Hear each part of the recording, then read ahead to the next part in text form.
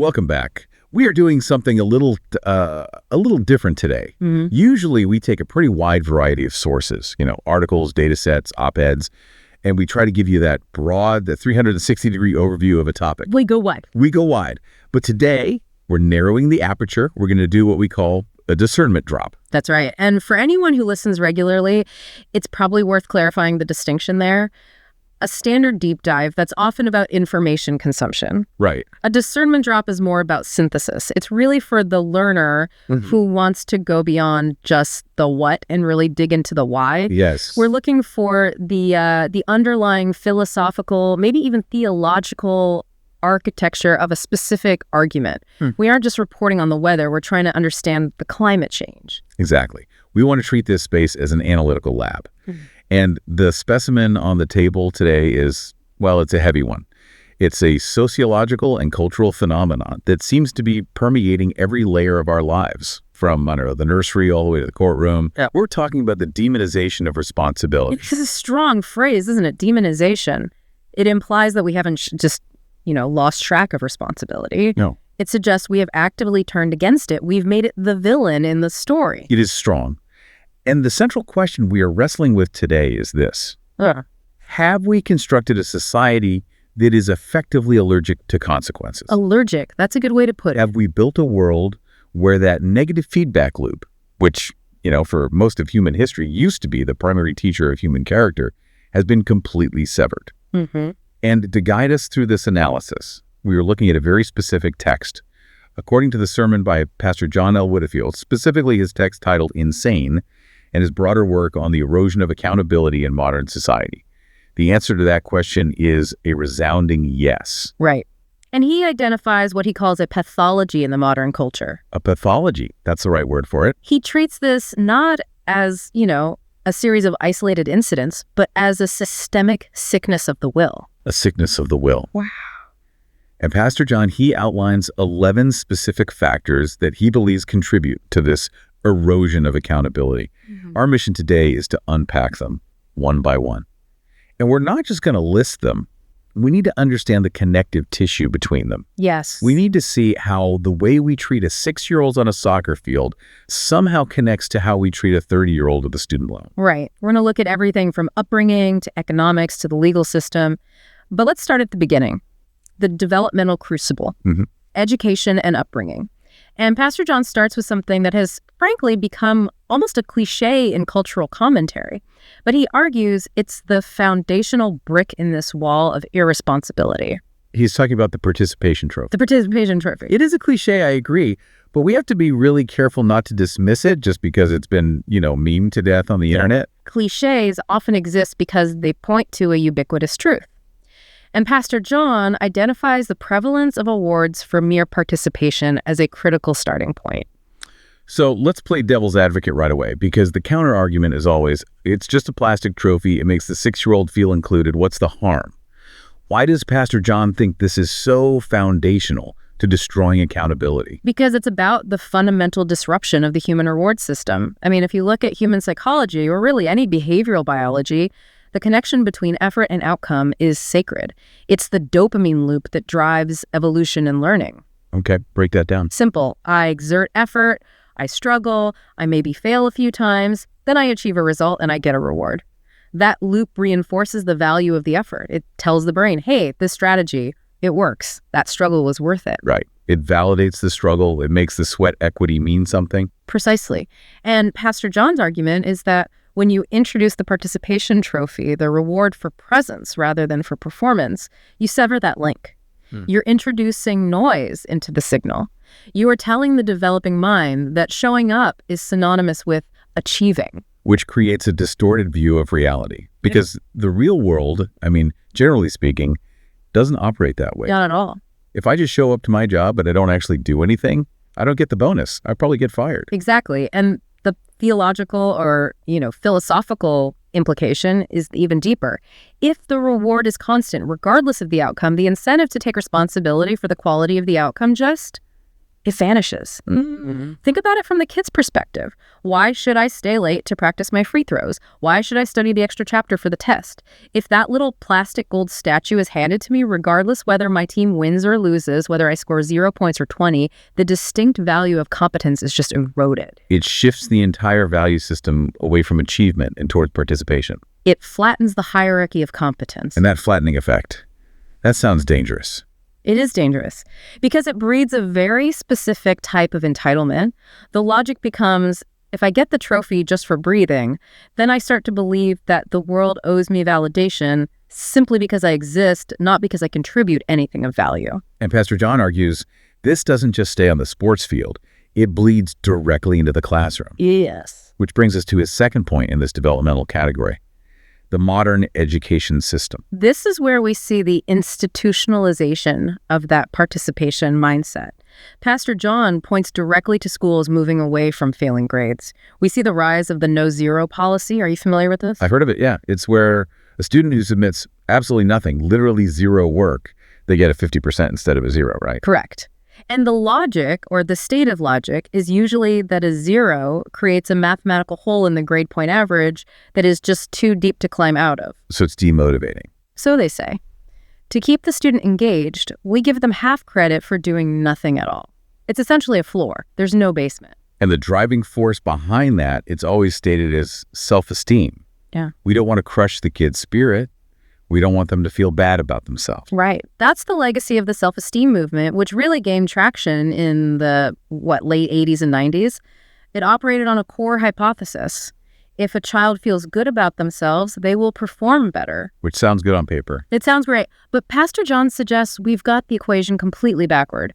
True self-esteem, the kind that is durable, the kind that survives a bad day at the office, it comes from competence. It comes from overcoming difficulty. It's a result, not a prerequisite. It's a result. You can't hand someone self-esteem in a gift bag. They have to earn it from themselves by looking in the mirror and knowing they accomplished something difficult. So by protecting the ego, by prioritizing feeling good in the short term, we're actually sacrificing competence in the long term. That's the trade-off. That's the devil's bargain we've made. If there are no real consequences for underperformance, if a fail is linguistically re-engineered into deferred success or just erased entirely with a 50% floor, then the student never feels the weight of their own inaction. Yeah. Think of an F grade not as some moral judgment of the soul, but as a data point. It's a dashboard warning light. I like that analogy. All it says is, warning. The strategy you are currently using is not working. You need to change your behavior. It's just a signal. It's a signal. Exactly. And if you put a piece of black tape over the dashboard warning light because the red glare makes the driver feel anxious, you aren't fixing the car's engine. No, you're just guaranteeing a breakdown further down the road. You are, and you are depriving that student of the very signal they need to correct their own course.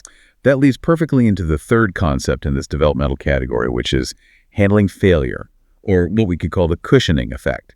Right. This is about the active prevention of natural consequences. Pastor John notes the trend in all sorts of youth activities to cushion failure. We sanitize the environment so that the child never, ever experiences the actual sting of a loss. We see parents intervening in playground conflicts, coaches changing the rules of a game midstream so everyone plays equal time, regardless of effort or skill. Right. Score isn't kept in some leagues. And again, on the surface, this sounds compassionate. It feels like kindness. Nobody wants to see a 10-year-old cry because they lost the championship game. And this is the crux of Pastor John's argument. Compassion without wisdom can be profoundly destructive. The analysis here is all about future projection. If a child never feels the sting of loss at age 10, when the stakes are essentially 0, it's just a game, they don't develop the coping mechanisms to handle a breakup at 20 or a layoff at 30 or a failed business at 40. You're talking about building emotional resilience. Resilience is like a callus on your hand. It only forms in response to friction. If you wear gloves your whole life, your hands are soft. If you remove all the friction from the developmental years, you send a young adult out into a world that is nothing but friction. Economic friction, relational friction, professional friction, with skin as soft as a baby's. They have no armor. They have no calluses. And that lack of armor makes them terrified of consequences because they've never actually survived them before. Yeah. The monster under the bed is always scarier than the one you faced. Precisely. They view a setback not as a lesson, not as a challenge, but as a catastrophe, because they have no reference point for survival. If you've never fallen off a bike, the idea of falling feels like it could be fatal. Yeah. If you've fallen 50 times, you know how to tuck and roll. You know you'll get a scraped knee and it'll be fine. We are, he argues, raising a generation that doesn't know how to tuck and roll. So to recap this first part, we have a generation raised on participation trophies, shielded from failing grades in school, and cushioned from the natural consequences of loss. A trifecta. Pastor John argues this leads to a fundamental shift in identity. This moves us right into our second segment, the shift in identity and mindset. And this is where we move from the external environment, the school, the sports field, to the internal landscape of the mind. And Pastor John's factor number 4 is the rise of the victim mentality. Now, victim is a very charged word.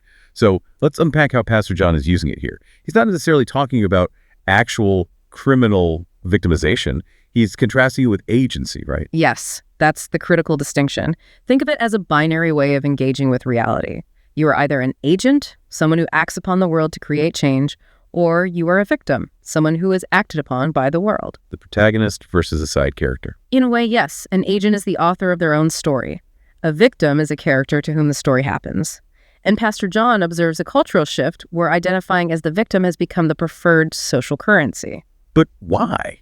That seems so counterintuitive. Why would someone prefer to be powerless? Because it creates a peculiar kind of safety. It's the ultimate get-out-of-jail-free card. It absolves you of all responsibility. If I am an agent and I fail, that is my burden to carry. I have to look in the mirror and say, I didn't prepare enough, or I didn't execute properly. That's painful. That requires humility. Sure. But if I am a victim, my failure is never my fault. It is the result of external forces. The system is rigged, the referee was biased, the teacher doesn't like me, the economy is unfair. Pastor John specifically mentions the focus on being wronged versus solving problems. That's the key distinction. An agent encounters an obstacle and asks, how do I solve this? How do I get over, under, or around this? A victim encounters an obstacle and asks, who put this here and why are they targeting me? Wow. All the energy that should be directed toward overcoming the hurdle is instead redirected toward litigating the fairness of the hurdle's existence in the first place. It externalizes the locus of control. Completely. And the psychological literature on this is crystal clear. Once your locus of control is external, you are effectively powerless. You are a ship without a rudder, waiting for the currents of the world to change so you can finally be okay. It's a recipe for anxiety, for bitterness, for stagnation. But it protects the ego. It protects the ego at all costs. It keeps you from ever having to admit fault. Speaking of anxiety, this connects directly to the next point, factor number 5, mental health framing. Pastor John argues that we are now framing normal life challenges as crises rather than as opportunities for growth. And we have to tread very carefully here because clinical mental health issues are obviously real and they are serious. Absolutely. But Pastor John is critiquing the framing of normal human struggle. He's talking about what sociologists call concept creep. Concept creep. What do you mean by that? It's when terms that were designed to describe severe pathology begin to be applied to everyday mundane experiences. Give me an example. A difficult week at work is now trauma. A nervous feeling before a public presentation is an anxiety disorder. Feeling sad after disappointment is depression. The concepts creep outward to cover more and more of normal life. It goes back to that cushioning effect, to the lack of calluses. If you haven't built up any resilience, normal friction feels like a clinical injury. That's it, exactly. And the language we use really, really matters. The language of crisis implies a need for rescue. If I am in a crisis, I need a paramedic. I need external intervention. I am helpless. Right. The language of opportunity or even just challenge implies a need for action on my part. If I view a struggle as a test of my mettle, I lean into it. I try to rise to the occasion. So Pastor John is arguing that by pathologizing these normal struggles, we actually hinder the development of coping strategies. Yes, we teach people to call for help rather than to dig deep. We inadvertently train them in helplessness. The very delicate balance, isn't it?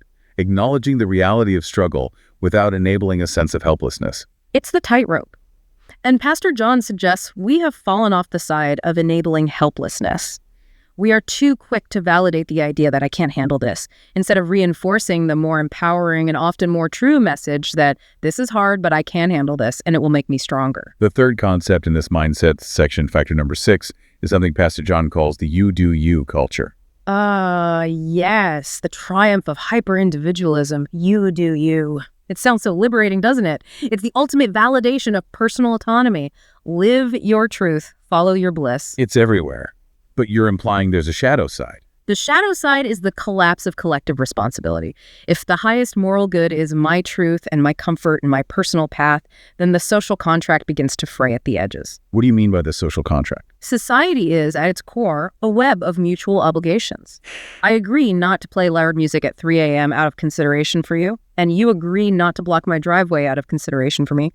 You do you takes a pair of scissors to the threads of that web. If everyone is only looking inward, who is looking out for the neighbor? Who's looking out for the community? Exactly.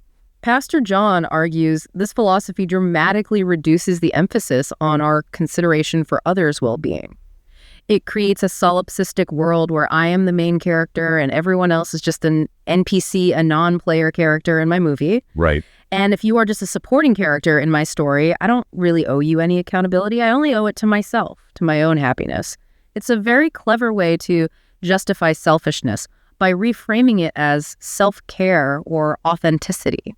Okay, so we have this developmental foundation that removes friction, and then a cultural mindset that externalizes blame and prioritizes the self above all else. A potent combination. Now let's look at how this manifests in our actual systems.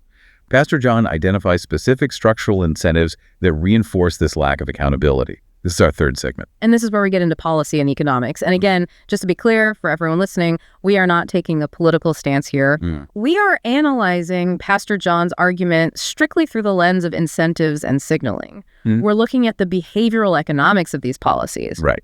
And his first point here, factor number 7, is a controversial one: student loan forgiveness. The argument here isn't about the macroeconomic viability of debt relief or whether it's good or bad policy overall. Oh. It's about the message that is sent regarding fiscal responsibility. It's about the sanctity of a contract. The concept of the contract. Yeah. Unpack that. Yes. A loan is a contract. It is a promise about your future behavior. It says, I will receive these resources now, and I solemnly promise to repay them later with interest. It's a serious commitment. Pastor John argues that programs which alleviate these burdens on a mass scale by government decree send a powerful signal that the promise wasn't really binding in the first place. It suggests that financial commitments are malleable or optional. It creates what economists call moral hazard. If I know that the consequences of signing a promissory note can potentially be erased by a future political decision, does my signature carry the same weight? You're less careful about signing. Exactly. Does the individual need to weigh the risk of the debt as heavily if they believe the risk might be retroactively removed by an external party?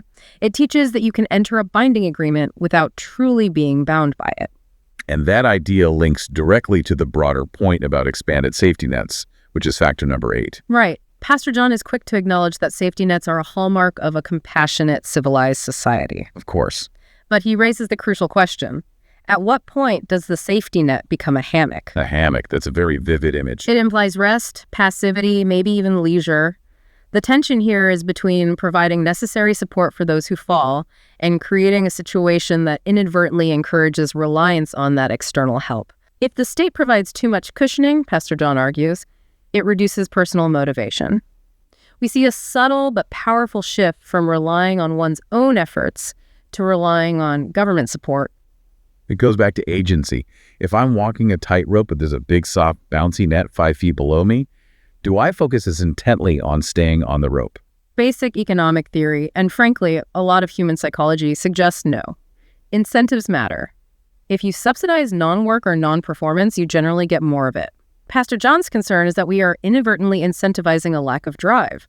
We are making it too comfortable to fail or not to try in the first place. The alternative to hard work becomes too appealing. When the alternative to taking risks and striving for more is a comfortable subsistence, ambition, for many, will naturally take a hit. The third structural point, factor number 9, is about the legal system.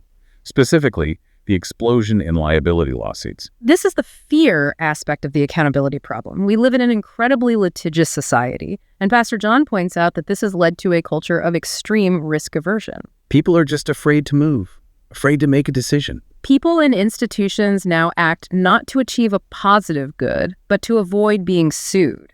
It's a defensive crouch. You see this everywhere. You see it in medicine, where doctors practice defensive medicine, ordering millions of dollars in unnecessary tests just to build a paper trail in case of a lawsuit. You see it in schools, where playgrounds are sanitized to the point of being boring because they fear a lawsuit over a scraped knee. Right. No more seesaws or tall slides. We strip away innovation, freedom, and spontaneous joy because we are terrified of the potential legal consequence. It's the demonization of consequences, again, just in a different form. Yeah. We're so afraid of the consequence of an accident or a mistake that we preemptively sterilize the entire environment. And in doing so, we stifle growth. We stifle the messy, unpredictable trial and error process that leads to all human progress.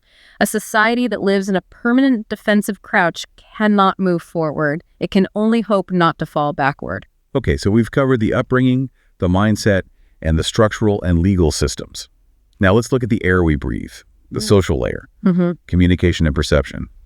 Pastor John points a finger directly at social media. This is factor number 10. The curated life. This is a massive driver of the modern psyche. Pastor John argues that platforms like Instagram and TikTok create unrealistic expectations that effectively go to war against authentic accountability. We all know it's a highlight reel. Intellectually, we know that. But it still affects us, doesn't it? We know it intellectually, but we feel it emotionally. We are constantly comparing our messy, boring behind-the-scenes footage to everyone else's perfectly edited movie trailer. And this creates what he calls a perfection trap. So how does that trap lead to avoiding responsibility? Because admitting fault is ugly. Taking responsibility for a mistake is messy. It's not aesthetic. It doesn't fit the brand. If your entire online brand is living my best life, you cannot post a picture of yourself admitting you failed at something important. You can't show the argument you had with your partner or the project that got rejected at work. So we hide our struggles. We hide our failures. We present a flawless facade of perfection, and if you are committed to pretending you're perfect, you can never be held accountable because the first step of accountability is admitting you were wrong. It forces you to double down on the lie to protect the image. Exactly. Real accountability requires vulnerability. It requires having the courage to say, I messed up. Here's my flaw, I'm working on it. Social media culture, for the most part, penalizes that kind of genuine vulnerability unless it's performative, and it rewards the appearance of flawlessness. It teaches us to manage our image rather than manage our character. And that fear of honest communication leads us right to the final point, factor number 11, politically correct culture. This is the mechanism that polices our speech and our interactions. Pastor John argues that the fear of offending others has created a kind of social paralysis. We are all walking on eggshells. And the cost of walking on those eggshells is truth. Pastor John makes a crucial connection here that I think is really important. What is it? If we cannot speak honestly about a problem for fear of causing offense, we cannot hold anyone accountable for fixing it. That's a powerful point. If I can't tell you as your manager that your performance on this project is lacking because it might offend you or hurt your feelings, then I can't help you improve. And you never have to face the reality of your underperformance. Exactly. The demonization of responsibility is now complete. Holding someone accountable, giving them direct, honest, even negative feedback is now often framed as an act of aggression. It's framed as being mean or being offensive or creating an unsafe space. So we stay silent. We stay silent. We sacrifice truth at the altar of politeness, or more specifically, at the altar of emotional safety. And in our collective silence, the dysfunction just grows. The problems don't get solved. So let's just step back for a minute. We've unpacked 11 different factors, from participation trophies and great inflation to victimhood and safe spaces, from student loan forgiveness to curated Instagram feeds. I mean, it's a lot. It is a lot. It's a wide-ranging diagnosis. Yeah. But when you lay them all out like this, as Pastor John has, the pattern becomes undeniable. You start to see the connections. What is the synthesis here? What's the through line? How do we connect the trophy given to a 6-year-old to the lawsuit filed by a 60-year-old? It's the systemic removal of friction. In every single one of these categories, we see a deliberate attempt to eliminate the negative feedback loop. Okay. We removed the F in school, which is academic friction. We removed the loss in sports, which is competitive friction. We removed the fault in our psychology by blaming the system, which is moral friction. We removed the debt in our economics, which is financial friction. We removed the criticism in our social interactions, which is interpersonal friction. We are trying to build a completely friction-free world. Yeah.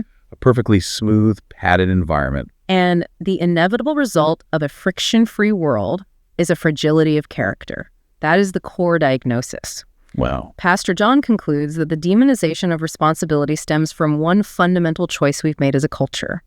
We are prioritizing comfort and self-esteem over accountability and personal agency. We chose feeling good over being good. That's the bumper sticker right there. We prioritize the immediate sensation of safety and affirmation over the long-term, painful necessity of competence and character development.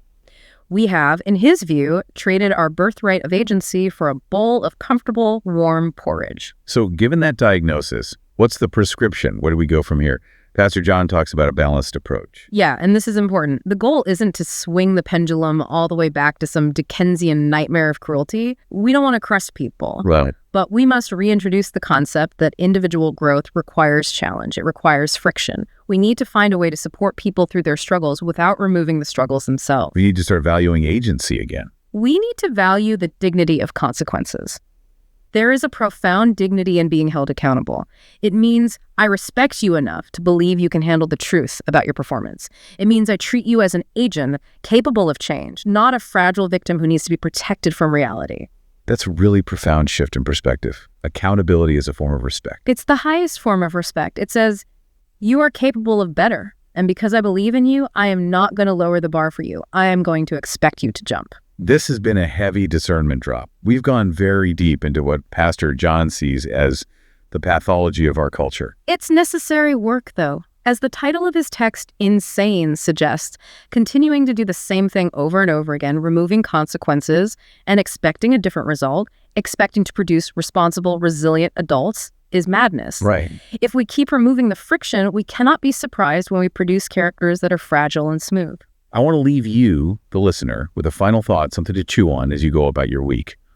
We've talked a lot today about agency versus victimhood. And the absolute necessity of friction. Exactly. So here is the provocation for you. If society succeeds in its mission to remove all negative consequences, if we truly manage to cushion every fall and forgive every debt and silence every critic, have we also inadvertently removed the possibility of genuine triumph? Can you have a victory without the possibility of defeat? I don't think you can. A mountain that you can just take an escalator to the top of isn't a conquest, it's just a commute. The view from the top only matters because of the difficulty of the climb. That's the thought to hold on to. Without the valley, there is no peak. The struggle is what gives the achievement its meaning. Look for these 11 factors in your week. Watch the news. Listen to conversations at your workplace. Watch your own reactions to stress. See if you can spot this erosion of accountability in real time. Because discernment is always the first step toward change. Thanks for diving in with us on this Discernment Drop. We'll see you next time.